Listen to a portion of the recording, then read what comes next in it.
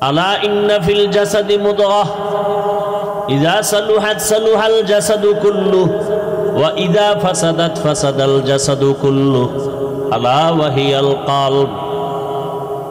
রহমতের নবী বলেন, মানুষের মধ্যে যে কলব আছে এটা গোশতের একটা টুকরা। এই টুকরাটা ভালো থাকলে পুরা বডি ভালো, ভেতর বাহির ভালো।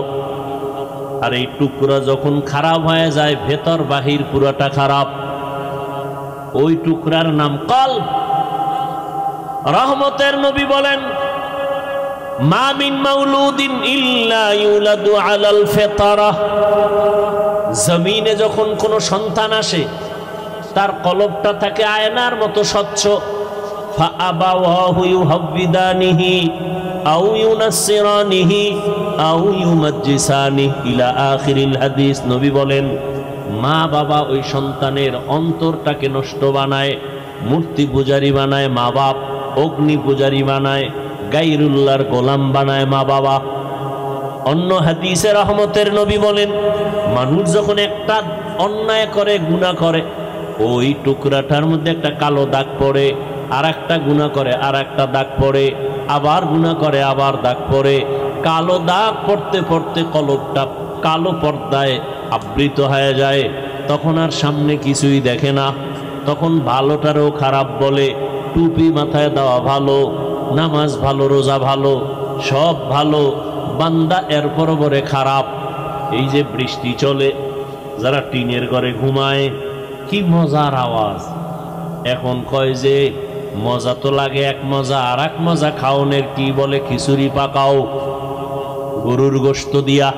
কি দিয়া বলেন না কেন? গরুর গোশত দিয়া খিচুড়ি, আর এই টাইমে সেই মজা। ঘরের মধ্যে 10 জন আছে, মজা করে খাবে, কিন্তু একজন বলে আমার সামনে আনবি না, গরুর খিচুড়ি খাবো না, পারলে 1 ফোঁটা বিষ দে। খিচুড়ি ঝামেলা না তার ভেতরে ঝামেলা?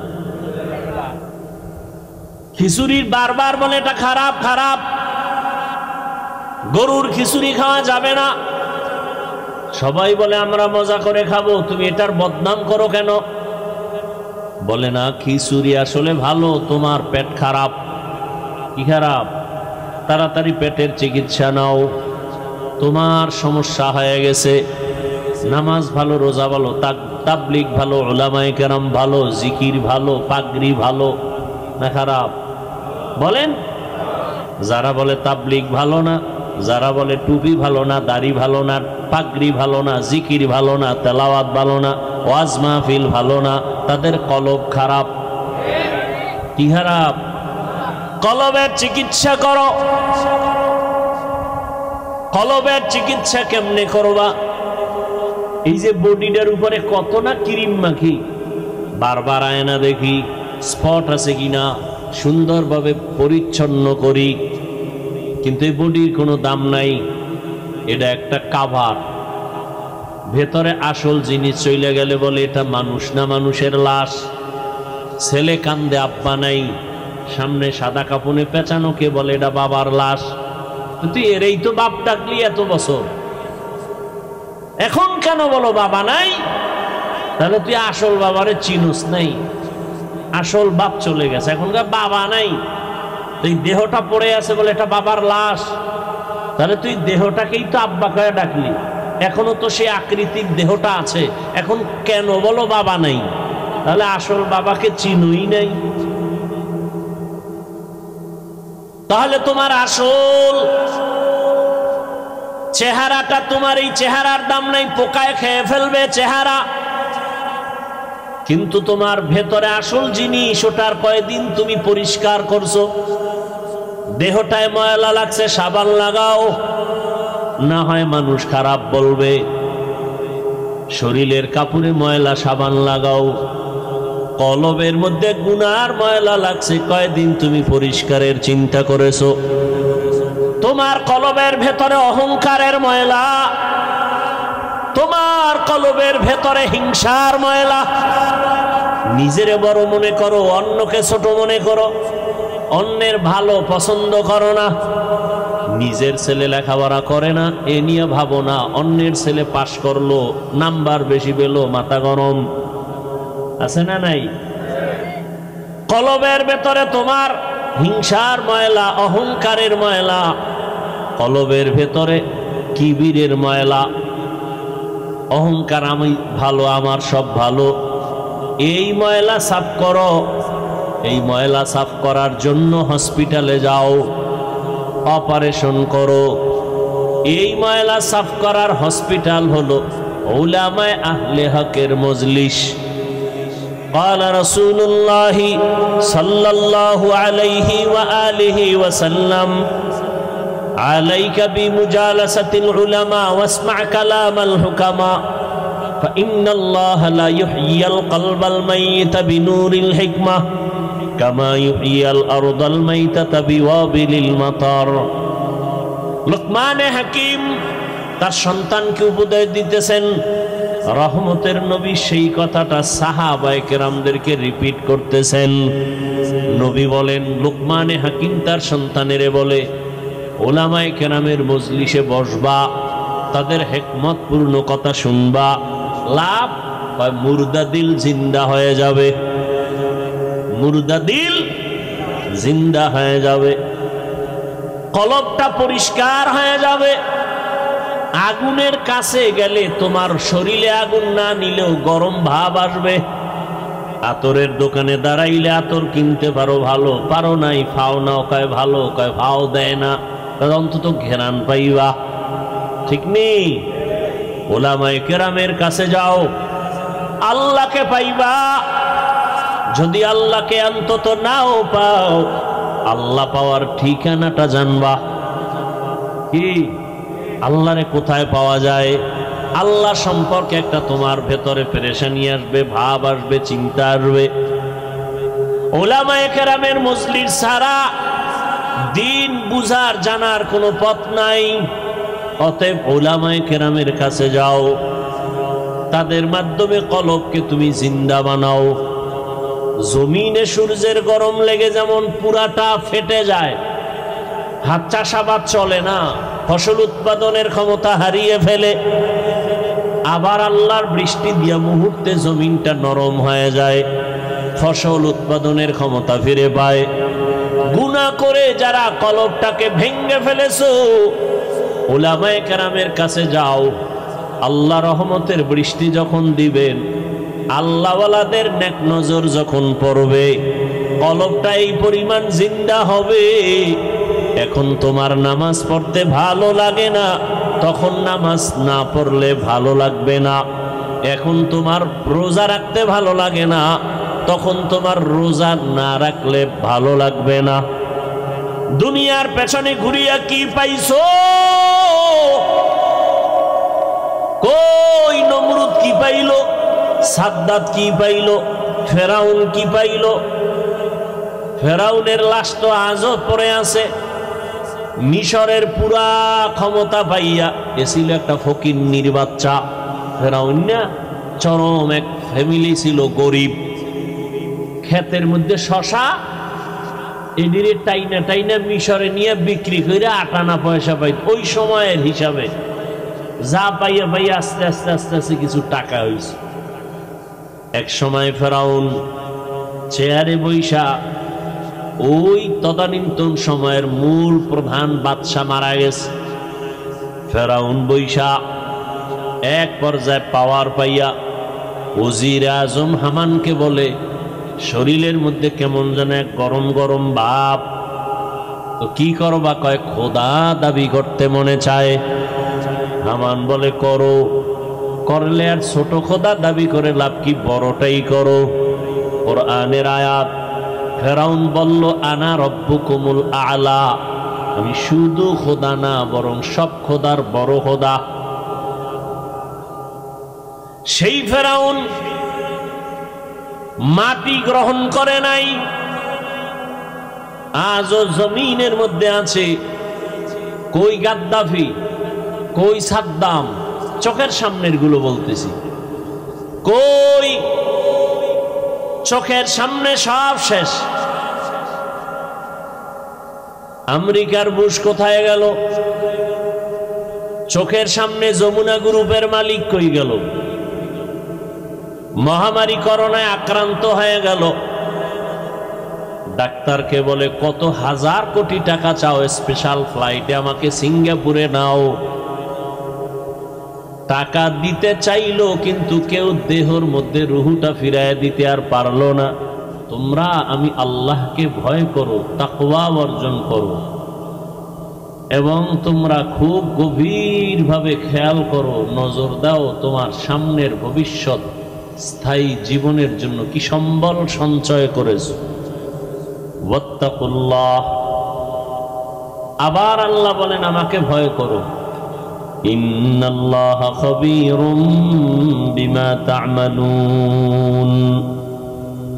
নিশ্চিত আমি আল্লাহ তোমার সব খবর অগ্রিম জানি। তোমার সব বিষয়ের খবর কে জানেন? আল্লাহ। হাদিস পড়েছি, রাসূল বলেন মাইয়ুরিদিল্লাহু বিহি খাইরান ইউফাক্কিহু ফিদ্দীন। আল্লাহ যার কল্যাণ চান তাকে আল্লাহ তাফাক্কুহ ফিদ্দীনের মাকাম দান করে। একটা হলো তাআল্লুম ফিদ্দীন, আর একটা হলো এই ভাই সাউন্ড ডিস্টার্ব হয় কেন? এতক্ষণ তো যেভাবে ছিল ওভাবে থাক। একটা হলো তাফাক্কুহ ফিদ্দীন, আর একটা হলো তাআল্লুম ফিদ্দীন, অর্থাৎ দ্বীন সম্পর্কে জানা, আর একটা হলো দ্বীন বুঝে মানা। তাআল্লুম ফিদ্দীন আম, তাফাক্কুহ ফিদ্দীন খাস। অর্থাৎ দ্বীন সম্পর্কে জ্ঞান অর্জনকারী বিধর্মীদের মধ্যেও আছে না নাই?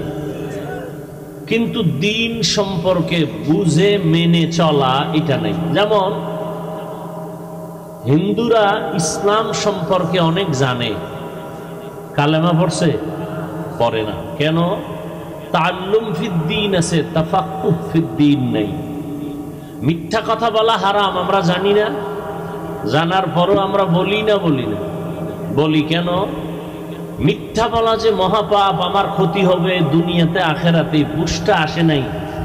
বুঝ এসে গেলেই বান্দা জীবন যাবে মিথ্যা বলবে না। দাড়ি কাটা গুনাহ না সওয়াব? দাড়ি কাটা ছাটা সব গুনাহ। কেমন গুনাহ? ছোট না বড়? বলেন না কেন? কেমন গুনাহ? 24টা ঘন্টার সেকেন্ডে সেকেন্ডে অল টাইম কবিরা গুনাহ ফেরেশতারা লিখতেই থাকে অনবরত। সে ঘুমায় থাকলেও কবিরা গুনাহ লিখতে থাকে। এটা আমরা জানি, মানি না কেন? কাজে দাড়ি কাটলে আমার দুনিয়াতেই অনেক ক্ষতি হবে, আখেরাতেও ক্ষতি তো আছেই। এ বুঝটা আসে নাই। বুঝ যখন এসে যাবে তখন জেনারেল লাইনের মানুষটাও দাড়ি রেখে দেবে। জেনারেল লাইনে এরকম দাড়িওয়ালা নাই? এ যুবকরা কও, তোমার মতো যুবক স্কুল কলেজে পড়ে দাড়িওয়ালা নাই? মিথ্যা বলার দরকার নাই, সত্যটাই বলো। তোমার মতো যুবক জীবনে আলিফ বাতা কোথাও পড়ে নাই, মাদ্রাসায় যায় নাই, জেনারেল লাইনে পড়ুয়া, র্যাব, আর্মি, পুলিশ, বিডিআর 5 ওয়াক্ত নামাজ পড়ে দাড়িওয়ালা আসেনি? আছে। রাস্তায় গাড়ি চালায়, জমিনে কাজ করে, নদীর মধ্যে কাজ করে, কর্মচারী, ডাক্তার, প্রফেসর, ইঞ্জিনিয়ার, 5 ওয়াক্ত নামাজ পড়ে দাড়িওয়ালা অভাব নেই। ওসি, ডিসি, এসপি 5 ওয়াক্ত নামাজি অভাব নেই। তুমি পারো না কেন? এত বয়ান শোনার পরেও তোমার মধ্যে সহি বুঝ আসে নাই। এই বুঝটা তৈরি করার জন্যই ওয়াজের আয়োজন, আর কিছু না। আমরা নতুন কোনো বয়ান করব না, বয়ান হুরান্ডি। মাকাসাদ হলো বুঝ আসুক। বুঝটা এসে গেলেই আজকে নামাজ পড়তে ভালো লাগে না, বুঝ আসলে নামাজ ছাড়তে ভালো লাগবে না। আজকে পর্দা করতে ভালো লাগে না, বুঝ এসে গেলে দিনের সহি বুঝ, তখন পর্দা আর লঙ্ঘন করতে ভালো লাগবে না। আল্লাহ সব ভাইকে সহি বুঝ দান করেন। যে আয়াত আমি পড়েছি, আল্লাহ বলেন ও মুমিন আল্লাহকে ভয় করো। কোনো বেঈমানকে বলেন নাই কেন আল্লাহকে ভয় করো? মুমিনকে বলার একমাত্র কারণ জান্নাত শুধু মুমিন পাবে, কোনো বেঈমান জান্নাত পাবে না, কখনোই পাবে না।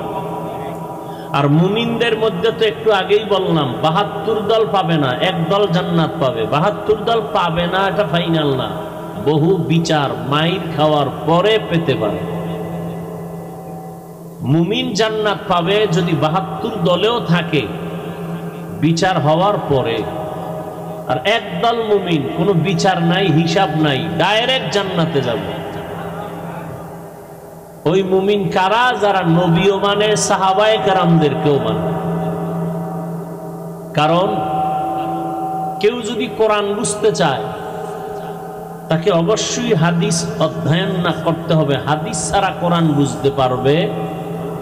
পরিপূর্ণ হাদিস যদি বুঝতে চায় তাহলে তাকে তৃতীয় আরেকটা বিষয় তাকে খুব ভেতরে তার অর্জন করতে হবে, সেটা ইজমায়ে সাহাবা, সাহাবায়ে কেরামের ঐক্যমত সম্পর্কে তার জ্ঞান অর্জন করতে হবে। সাহাবায়ে কেরাম ছাড়া হাদিস বুঝবে না, হাদিস ছাড়া কোরআন বুঝবে না।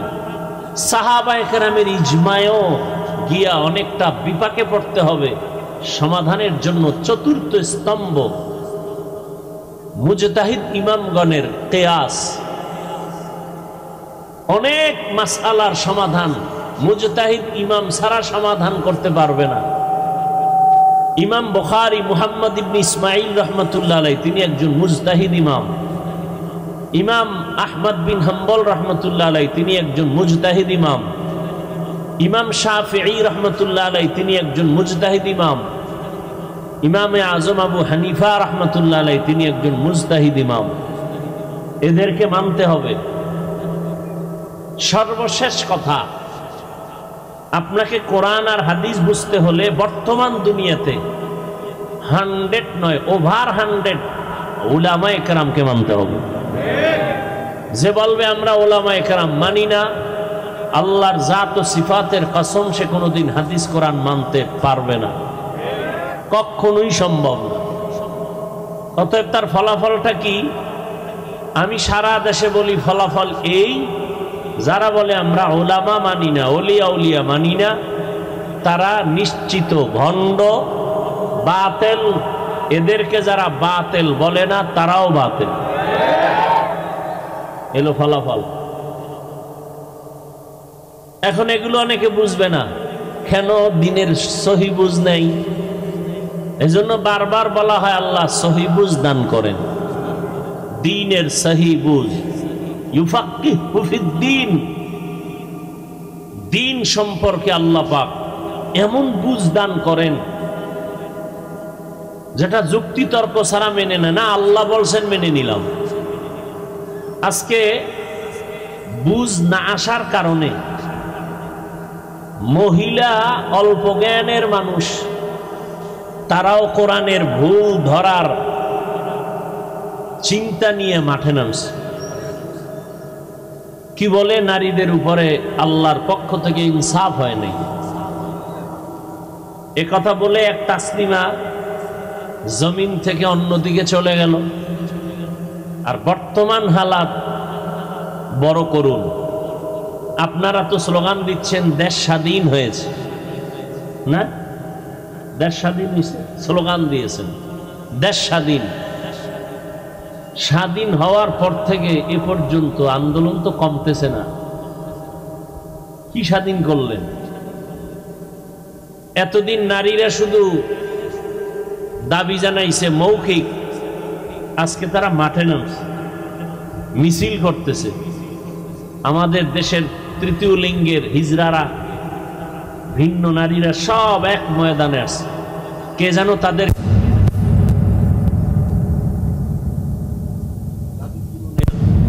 95% রেডি হয়ে যাবে। করছে একজনে লেখছে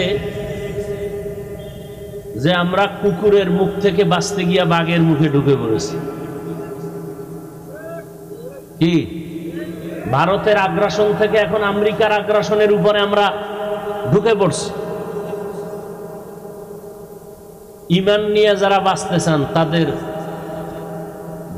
অনেক মাইর খাওয়া লাগবে সেজন্য রেডি থাকেন। আর যারা নামে মুসলমান, গাঞ্জাও খাইবেন, মদও পান করবেন, মায়েরও মারবেন, বাবারও মারবেন, আলেমরে মারবেন, মুরব্বী আলেমদের সাথে বেয়াদবি করবেন, আপনাদের কোনো টেনশন নাই, আপনারা মরার আগে জাহান্নাম দেখে যেতে পারবেন।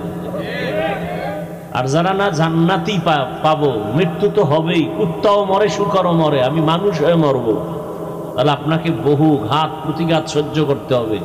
কিসের স্বাধীন, কত রক্ত যাবে আরো ইসলাম যদি চান। এক তো হলো বেঈমানদের থেকে এক ধাক্কা, আবার আমাদের পরস্পরে কিছু মুনাফিক মাঝখানে বসে বসে আমার কানে এক কথা, ভাইয়ের কানে এক কথা, যেন আমরা এক জায়গায় বসতে না পারি। হুজুরেরা এক হয়, আবার ঘুমের থেকে ওইটা কেমন কেমন ভাব, কেউ কয় স্বপ্নের মধ্যে কে যেন কি বলতেছে। এই যে এক হালাত, আমরা তো স্বপ্ন দেখতেছি হুজুর এক হয়ে যাবে, হুজুর এক হলে আগামীতে আমরা ক্ষমতায়। এত সোজা, এত সোজা, বড় কঠিন। কত কঠিন এর কোনো ভাষা নাই বলা, এর কোনো ভাষা নাই বলা। পৃথিবীতে ইসলামের পতাকা নিয়ে ইখওয়ানুল মুসলিমিন ক্ষমতা আসছে, টিকতে পারে নাই। বড় কঠিন থেকে কঠিন। আপনি মনে করেন বাংলাদেশ ইসলাম কায়েম হয়েছে, কি কায়েম হয়েছে? আপনারা যে এখানে এত মানুষ বৃষ্টির মধ্যে, ফজর নাই, জোহর নাই, আসর নাই, মাগরিব নাই, এশা নাই, বয়ান শুনতে আসছেন, নামাজের চিন্তা নেই।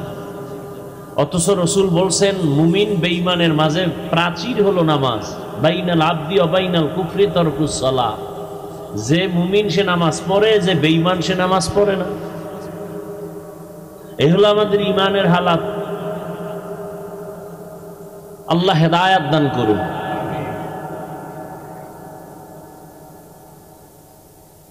এই জন্য আল্লাহ পাক বললেন আমাকে বেশি বেশি ভয় করো, আর কাউকে ভয় করো না, আমাকে করো। আজকে যদি আমরা আল্লাহকে ভয় করি, নাস্তিক বেঈমান সব আমাদেরকে ভয় করবে। দেখেন, শুধু মানুষ না, বাঘ ভয় করে। এমন মানুষও জমিনে ছিল যে মানুষটাকে কে ভয় করে? বাঘ। আর আমরা কেমন মানুষ যে বাঘকে ভয় করি, আর তারা কেমন মানুষ যে বাঘ তাদেরকে ভয় করে। আমরা সাপকে ভয় করি, আমরা কেমন মানুষ। আর আল্লাহর প্রিয় মানুষ ছিল, সাপ তাদেরকে ভয় করে। বড় কঠিন। তারাও মানুষ, আমরাও মানুষ।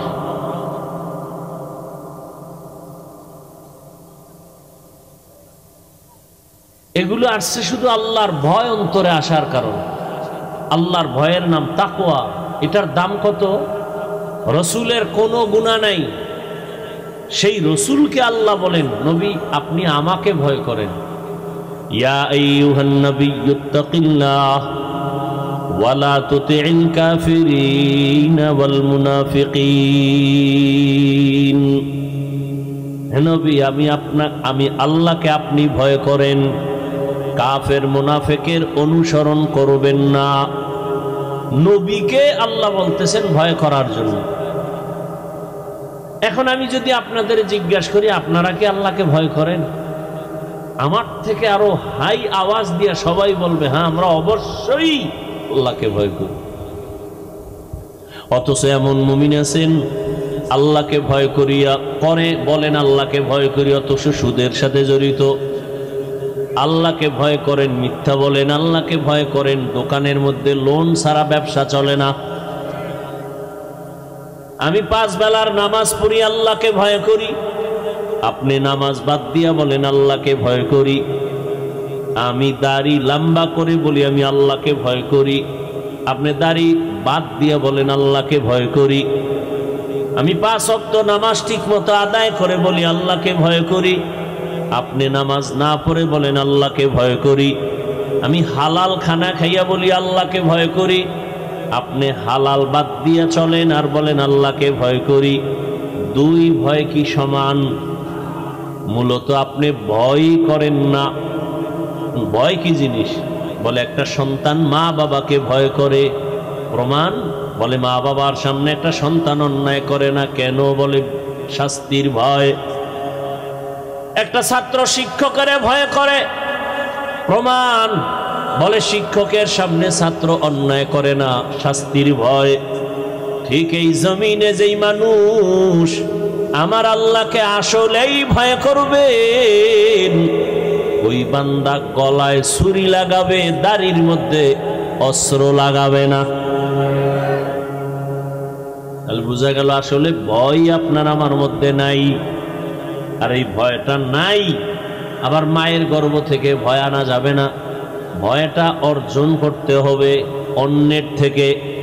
বলে লিকুল্লি শাইইন মাদিনুন ওয়া মাদিনুত তাকওয়া কুলুবুল আরিফিন।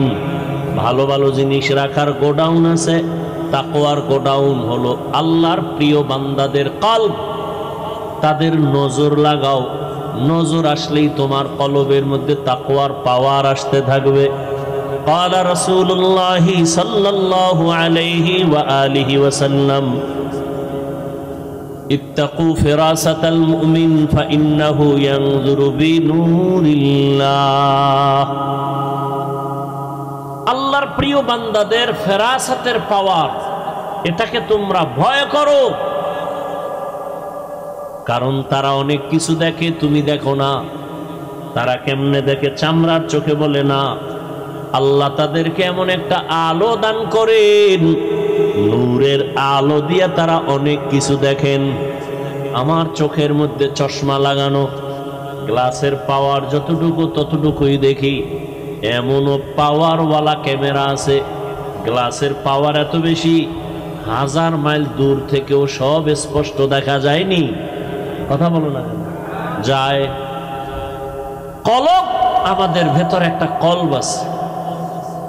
এই কলবটা এমন, এর পাওয়ার কমে আর বাড়ে।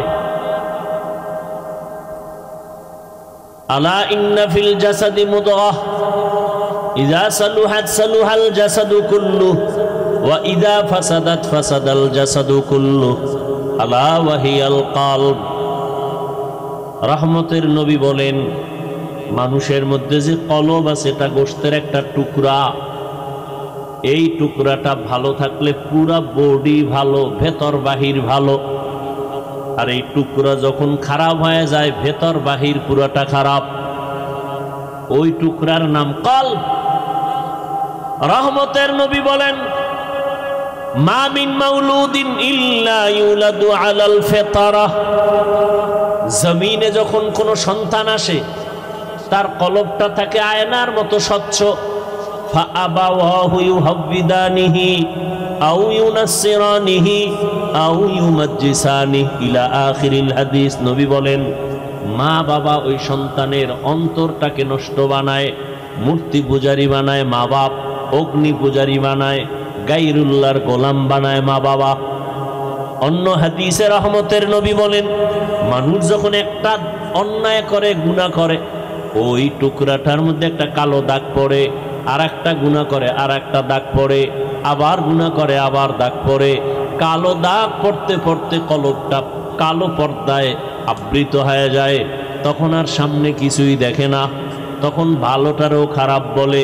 টুপি মাথায় দেওয়া ভালো, নামাজ ভালো, রোজা ভালো, সব ভালো, বান্দা এর পরে খারাপ। এই যে বৃষ্টি চলে, যারা টিনের ঘরে ঘুমায়, কি মজার আওয়াজ। এখন কয় যে মজা তো লাগে এক মজা, আর এক মজা খাওনের কি বলে খিচুড়ি পাকাও গরুর গোশত দিয়া। কি দিয়া বলেন না কেন? গরুর গোশত দিয়া খিচুড়ি, আর এই টাইমে সেই মজা। ঘরের মধ্যে 10 জন আছে, মজা করে খাবে, কিন্তু একজন বলে আমার সামনে আনবি না, গরুর খিচুড়ি খাবো না, পারলে 1 ফোঁটা বিষ দে। খিচুড়ি ঝামেলা না তার ভেতরে ঝামেলা? খিচুড়ির বারবার বলে এটা খারাপ খারাপ, গরুর খিচুড়ি খাওয়া যাবে না। সবাই বলে আমরা মজা করে খাবো, তুমি এটার বদনাম করো কেন? বলে না, খিচুড়ি আসলে ভালো, তোমার পেট খারাপ। কি খারাপ? তাড়াতাড়ি পেটের চিকিৎসা নাও। তোমার সমস্যা হয়ে গেছে। নামাজ ভালো, রোজা ভালো, তাবলিগ ভালো, উলামায়ে কেরাম ভালো, জিকির ভালো, পাগড়ি ভালো না খারাপ? বলেন। যারা বলে তাবলিগ ভালো না, যারা বলে টুপি ভালো না, দাড়ি ভালো না, পাগড়ি ভালো না, জিকির ভালো না, তেলাওয়াত ভালো না, ওয়াজ মাহফিল ভালো না, তাদের কলব খারাপ। কি খারাপ? কলবের চিকিৎসা করো। কলবের চিকিৎসা কেমনে করবা? এই যে বডিটার উপরে কত না ক্রিম মাখি, বারবার আয়না দেখি স্পট আছে কিনা, সুন্দরভাবে পরিচ্ছন্ন করি, কিন্তু এই বডির কোনো দাম নাই। এটা একটা কাভার। ভেতরে আসল জিনিস চলে গেলে বলে এটা মানুষ না, মানুষের লাশ। ছেলে কান্দে আব্বা নাই, সামনে সাদা কাপড়ে পেঁচানো, কে বলে এটা বাবার লাশ। তুই এরই তো বাপ ডাকলি এত বছর, এখন কেন বলো বাবা নাই? তাহলে তুই আসল বাবারে চিনুস নাই, আসল বাপ চলে গেছে, এখনকার বাবা নাই। তুই দেহটা পড়ে আছে বলে এটা বাবার লাশ, তাহলে তুই দেহটাকেই তো আব্বা কয়ে ডাকলি, এখনো তো সে আকৃতির দেহটা আছে, এখন কেন বলো বাবা নাই? তাহলে আসল বাবাকে চিনুই নাই। তাহলে তোমার আসল চেহারাটা, তোমার এই চেহারার দাম নাই, পোকায় খেয়ে ফেলবে চেহারা, কিন্তু তোমার ভেতরে আসল জিনিস, ওটার কয়দিন তুমি পরিষ্কার করছো। দেহটায় ময়লা লাগছে, সাবান লাগাও, না হয় মানুষ খারাপ বলবে। শরীরের কাপড়ে ময়লা, সাবান লাগাও। কলবের মধ্যে গুনার ময়লা লাগছে, কয়দিন তুমি পরিষ্কারের চিন্তা করেছো? তোমার কলবের ভেতরে অহংকারের ময়লা, তোমার কলবের ভেতরে হিংসার ময়লা। নিজেরে বড় মনে করো, অন্যকে ছোট মনে করো, অন্যের ভালো পছন্দ করো না। নিজের ছেলে লেখাপড়া করে না এ নিয়ে ভাবো না, অন্যের ছেলে পাশ করলো, নাম্বার বেশি পেলো, মাথা গরম। আছে না নাই? কলবের ভেতরে তোমার হিংসার ময়লা, অহংকারের ময়লা, কলবের ভেতরে কিবিরের ময়লা, অহংকার, আমি ভালো, আমার সব ভালো। এই ময়লা সাফ করো। এই ময়লা সাফ করার জন্য হসপিটালে যাও, অপারেশন করো।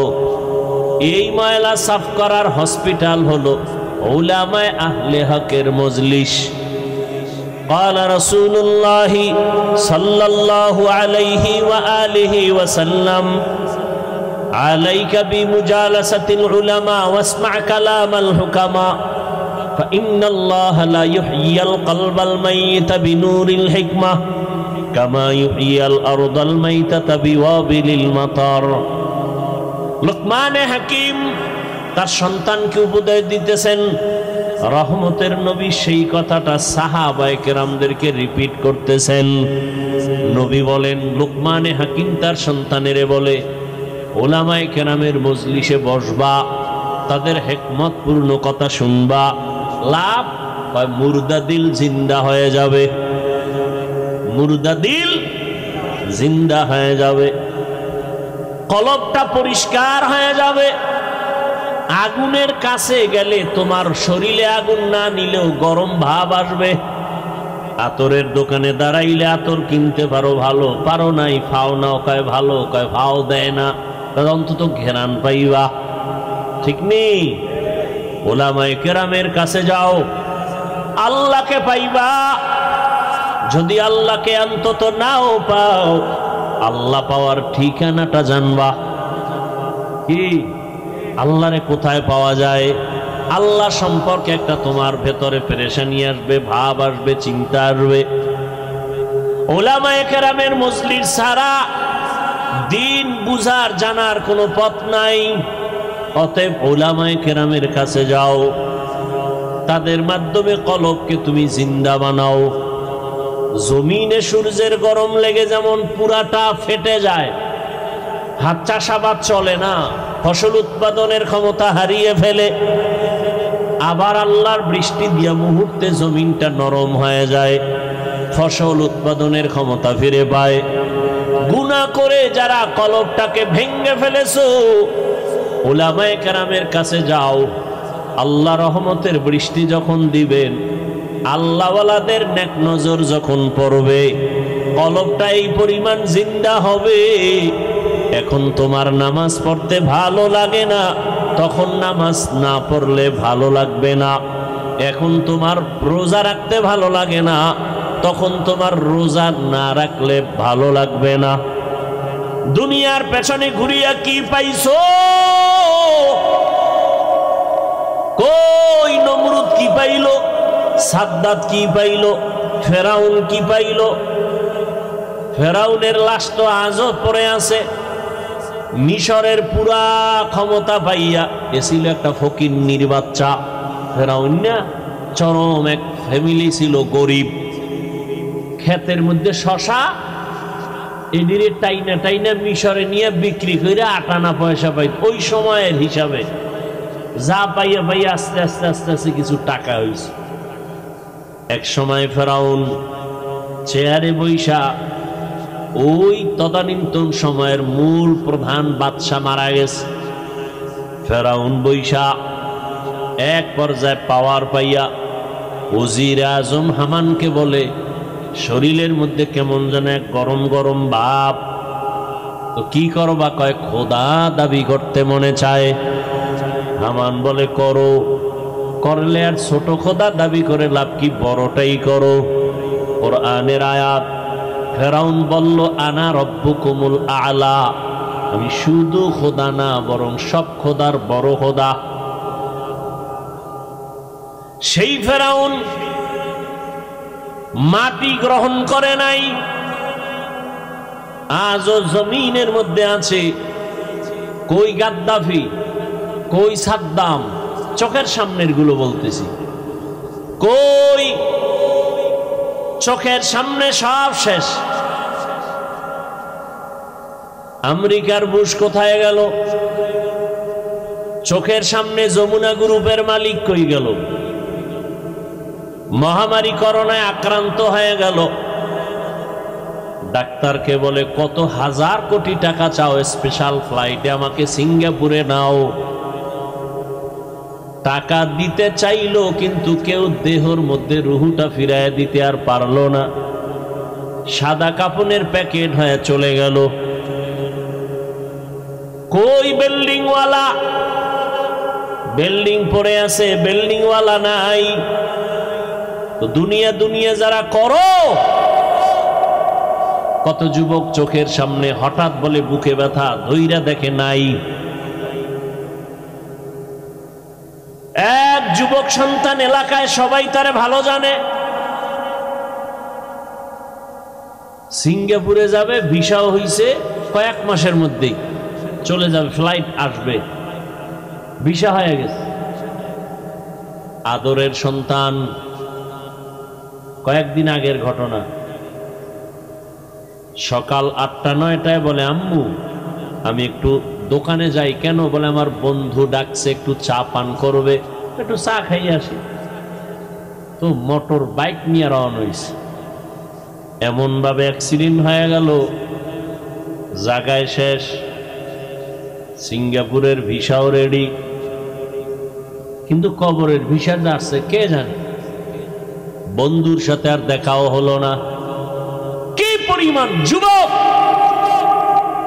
বাইক অ্যাক্সিডেন্টে মরে যায়, ওটি তো আর বুড়ারা উঠে না। ওই মরণস্ত্র যুবকদের, বাইক চালায় যারা, এটা একটা নতুন মরণস্ত্র।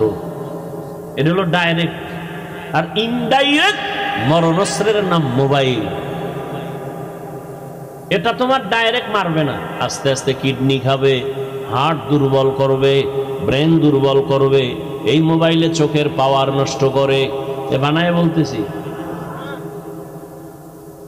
লজ্জা শরম না থাকলে কি করার? সারা রাত এই মোবাইলটা নিয়ে যারা চোখের জেনা করে, কানের জেনা, হাতের জেনা, জবানের জেনা, অন্তরের জেনা করে সারা রাত, এরে কি বয়ান দিলে বুঝে আসবে? বুঝে আসে না। ওই যে শুরুতেই বলছিলাম, বুঝ নাই। যেদিন বুঝ আসবে তখন আফসোস করলেও লাভ হবে না। তোমার তোমার কিডনি ড্যামেজ করে দিল, খবর নাই। হার্ট দুর্বল করে দিল, খবর নাই। চোখের পাওয়ার দুর্বল করলো, খবর নাই। এই একটা মোবাইলে লেখাপড়া নষ্ট করলো, খবর নাই। মায়ের সাথে তোমার সাথে বেয়াদবি শিখাই দিল মোবাইলে, খবর নাই।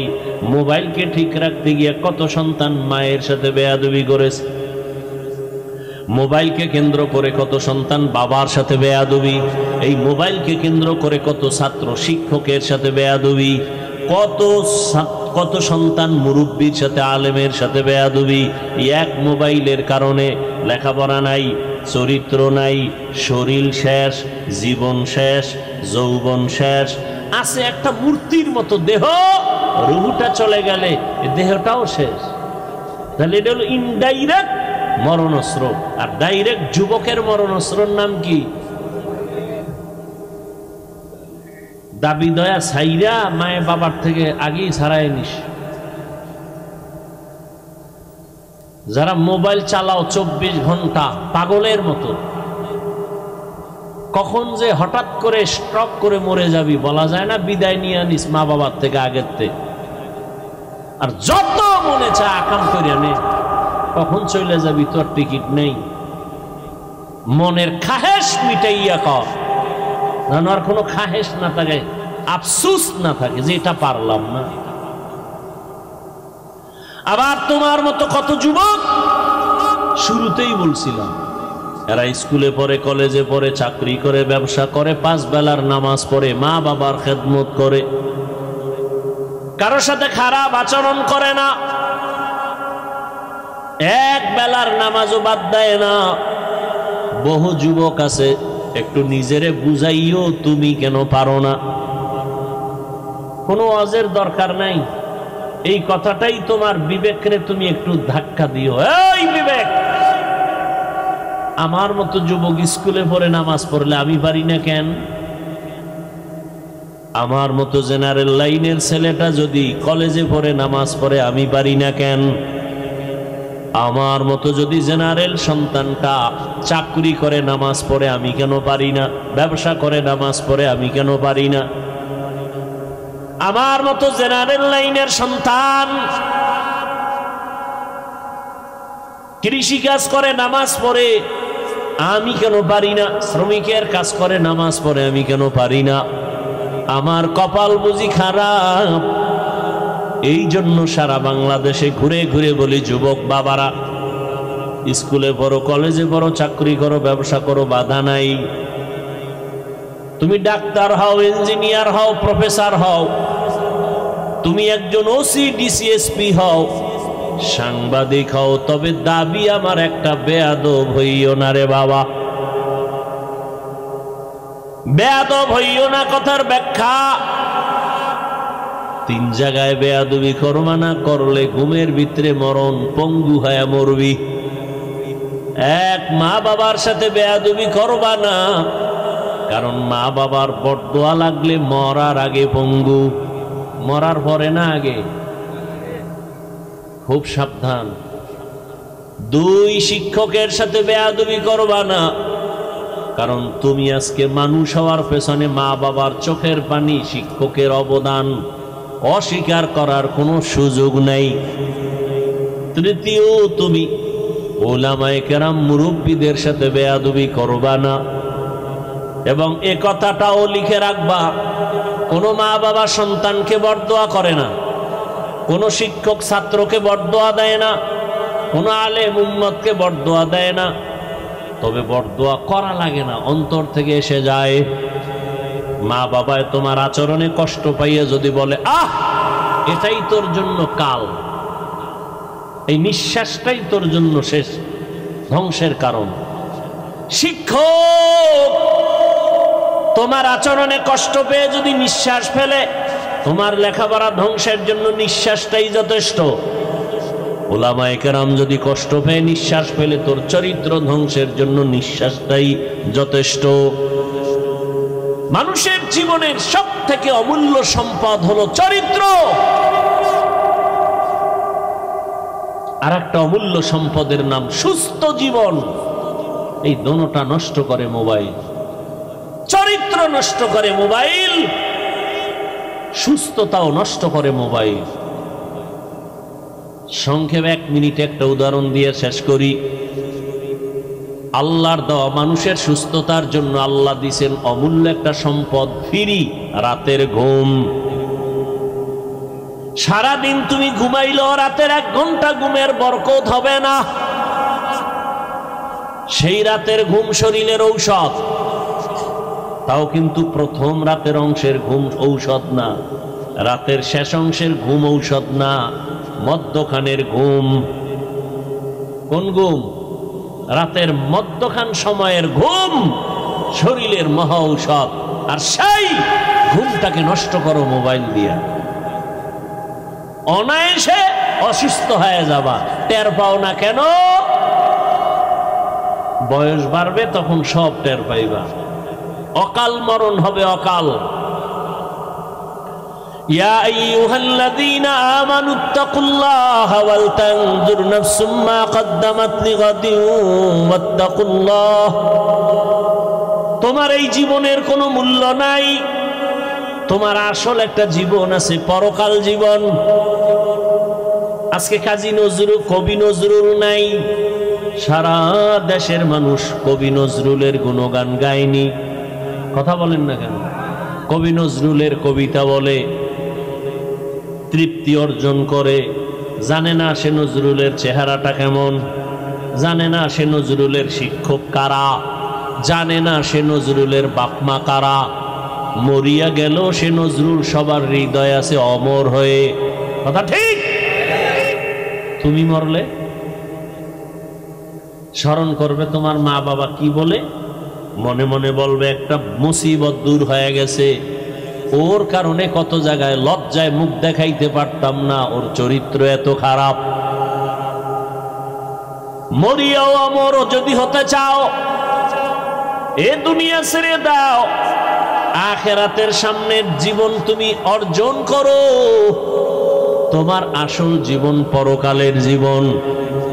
এই আমরা যারা দুনিয়া দুনিয়া বাদ দিয়া চেষ্টা করি আখেরাত আখেরাত, এই চিন্তায় নামাজ পড়লাম, দাড়ি রাখলাম, টুপি পরলাম, জিকির করি, তেলাওয়াত করি, পর্দা করি, হালাল খাই, বলো তো আমাদের থেকে সম্মান কমে গেছে?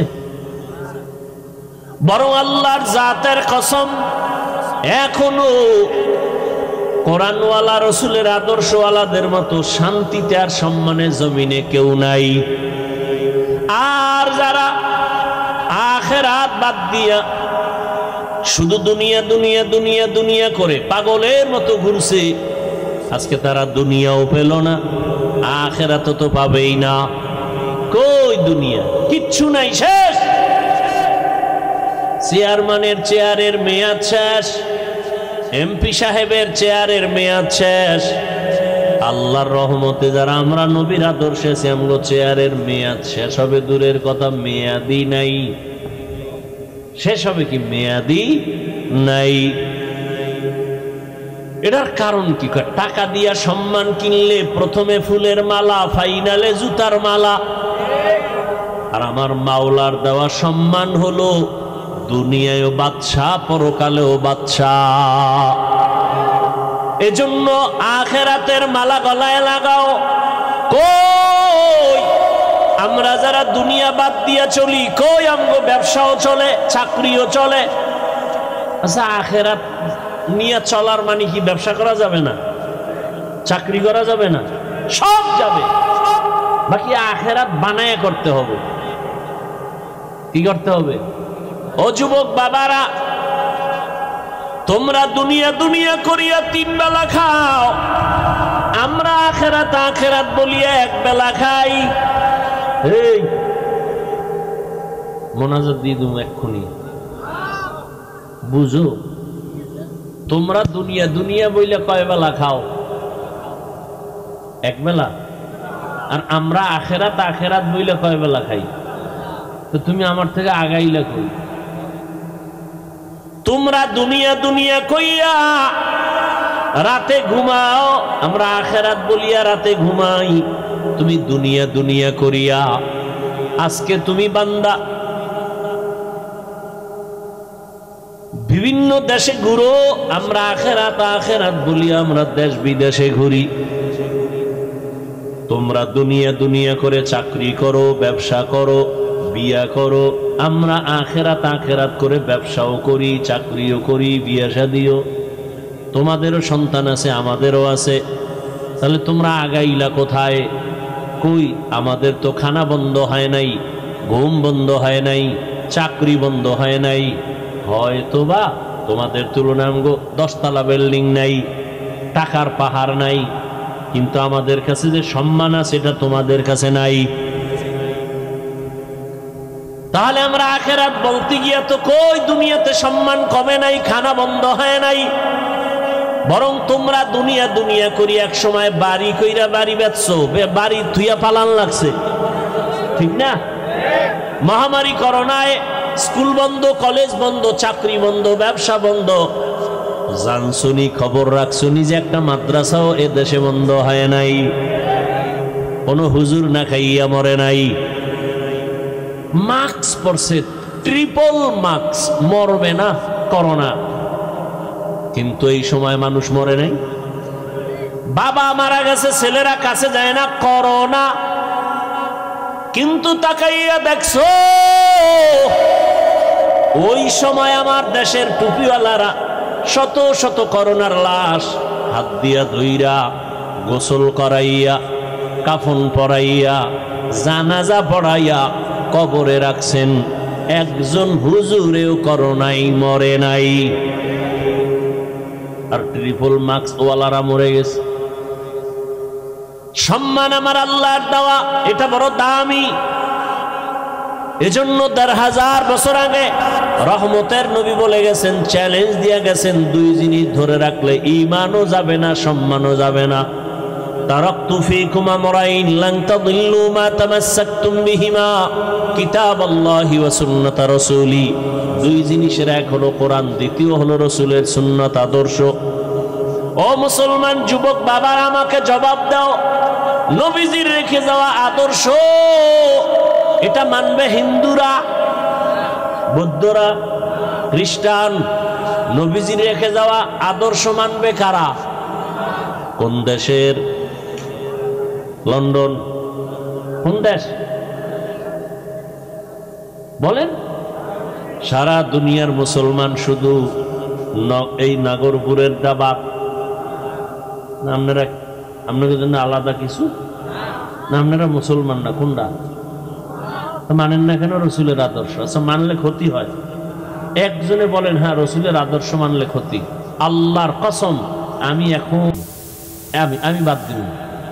বলেন দাড়ি রাখলে ক্ষতি হয়? তাহলে আমি দাড়ি কাটবো, এক্ষণ কাটবো, কোনো কথা নেই। নামাজ পড়লে ক্ষতি? বরং দাড়ি না রাখলে কি ক্ষতি? 1 নাম্বার, এই লেখা রাখ, ঘরের দরজায় টানায় রাখবি। দাড়ি কাটলে 1 নাম্বার ক্ষতি, যৌবন চলে যাবে। এই দাড়ি কামান্যার প্রবণতা যেদিন বাড়ছে সেদিন থেকে হার্বাল কোম্পানিও বেড়ে গেছে। কারণ যৌবন নাই, হার্বাল ছাড়া উপায় নাই। হাসিও না, খুব হিসাব করে কথা বলতেছি। তো কপাল পুরলে কি করার? ওই যে বুঝ নাই। 1 নাম্বার শাস্তি, দাড়ি কাটলে কি থাকবে না? 1 নাম্বার শাস্তি। আল্লাহ আমাদের হেদায়েত দান করুন। আরো কত কত এগুলো বলবো না। আল্লাহ যদি হেদায়েত দিয়ে দিব তো আমার সবাইরে জান্নাতে নেওয়া তো খরচ না। দাওয়াত দিলাম, এটা আমার দায়িত্ব। মানবেন কিনা সে দায়িত্ব আপনার, বলবো কিনা সে দায়িত্ব আমার। কেমনে আর বুঝাবো? রসুলের আদর্শ থেকে আরো সুন্দর আদর্শ কারো কাছে আছে? থাকলে বলেন, আমি নবীরটা বাদ দিয়ে তাত্রা নিব।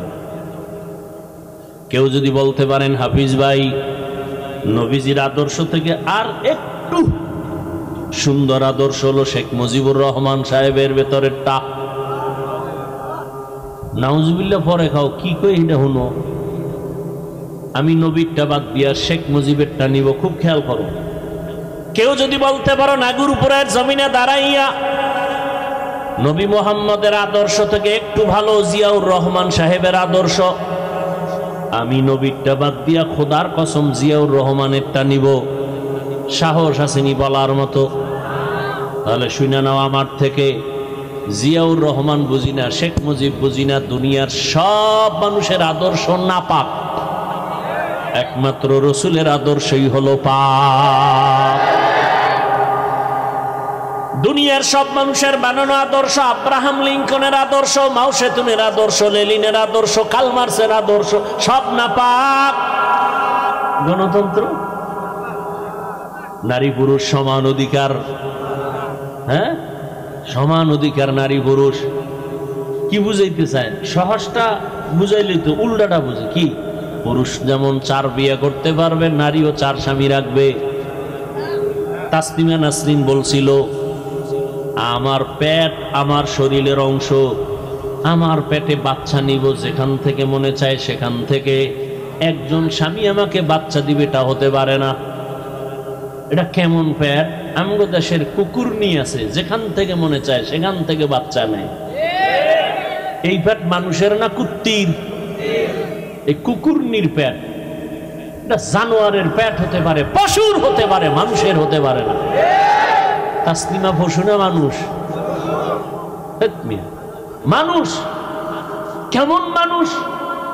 MBBS doctor. কি ডাক্তার? এমবিবিএস ডাক্তার হইয়া কেন এমন পশুত্বের আওয়াজ? একমাত্র কারণ হলো তাফাক্কুহ ফিদ্দিন নাই, দিনের বুঝ নাই। আর দিনের বুঝ না থাকার কারণ হলো কোরআনের আলোর সাথে তার কোনো সম্পর্ক নাই। ঢাকা কলেজের প্রফেসর আহমদ শরীফ, সে বলে আমি মরণ বিশ্বাস করি না, কবর বিশ্বাস করি না।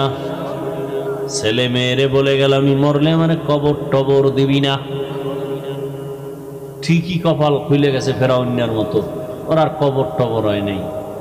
ছেলে মেয়েরা বাবার দেহটাকে হসপিটালে দান করে দিয়েছে, দেহ দান, ওর আর কবর হয় নাই। তো কেমন সান কপাল যে মাইয়া বলারা যে একটু যাই কবরের পাশে দাঁড়াবে, কবরও নাই। ও আমার বাবারা, তাহলে পুরো বয়ান মনে রাখতে পারবা না।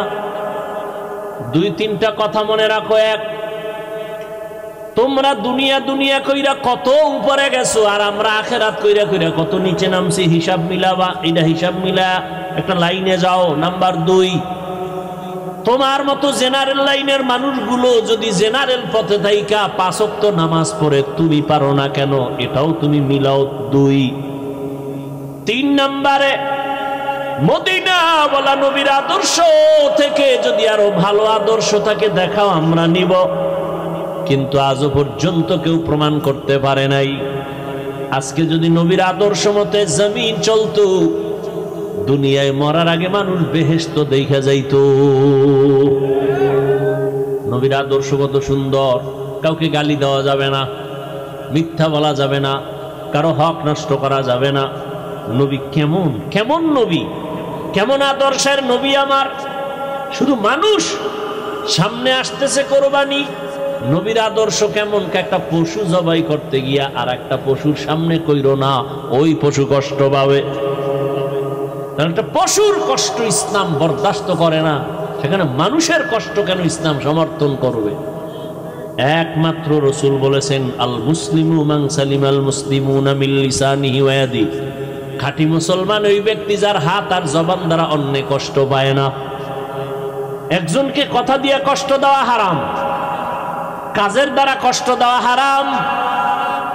কতটা সব ইসলাম সহজ, এটারে কঠিন বানায় দিছে কেউ কেউ। ইসলাম মানলেই মনে করে মানুষ, মনে হয় বিপদ, অথচ ইসলামটাই হলো মানুষের জন্য নিরাপদ। দেখা হলে আগে সালাম দিবে, ইসলাম। কিছু খাবে ডান হাতে খাবে, পান করবে ডান হাতে, ইসলাম। সালাম দিলে মোহাব্বত বাড়বে, তো শত্রুতা করবে কেন? বারবার যদি সালাম দেয় শত্রু মিত্র হয়ে যায়। তাহলে ইসলাম মানলে সালাম দিতে হবে, সালাম বাড়লে মোহাব্বত বাড়বে, শত্রুতা আর থাকবে। তখন আর মোবাইলে গোপন হত্যা হবে না। সালাম নাই, মোহব্বত নাই।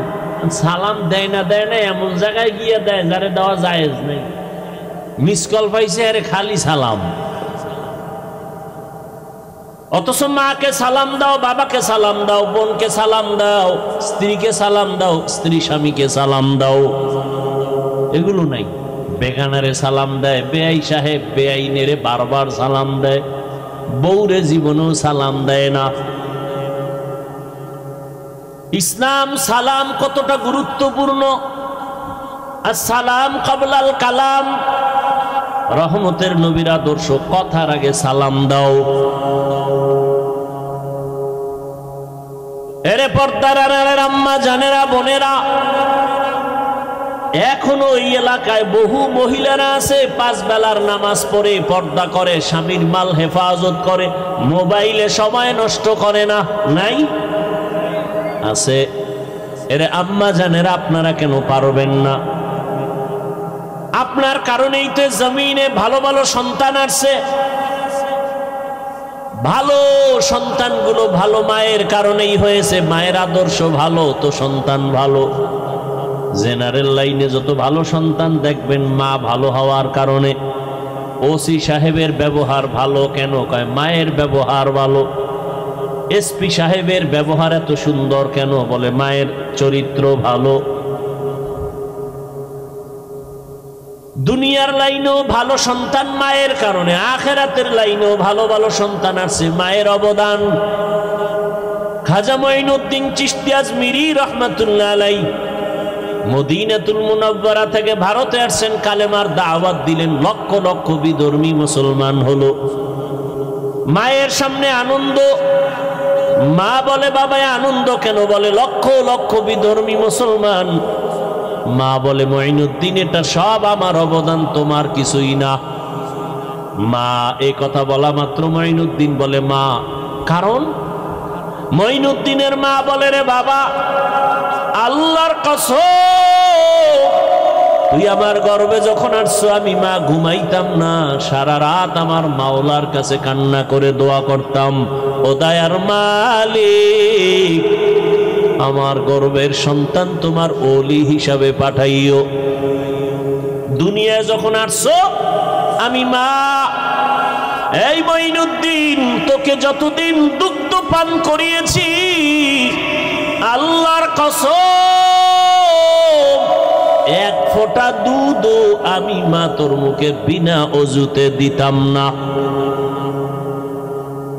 যেই মা সন্তানকে বিনা অজুতে দুধ দেয় না, এই সন্তান জগৎ বিখ্যাত হবে না তো কে হবে? ও যুবক, এখনো সময় আছে, তওবার দরজা খোলা।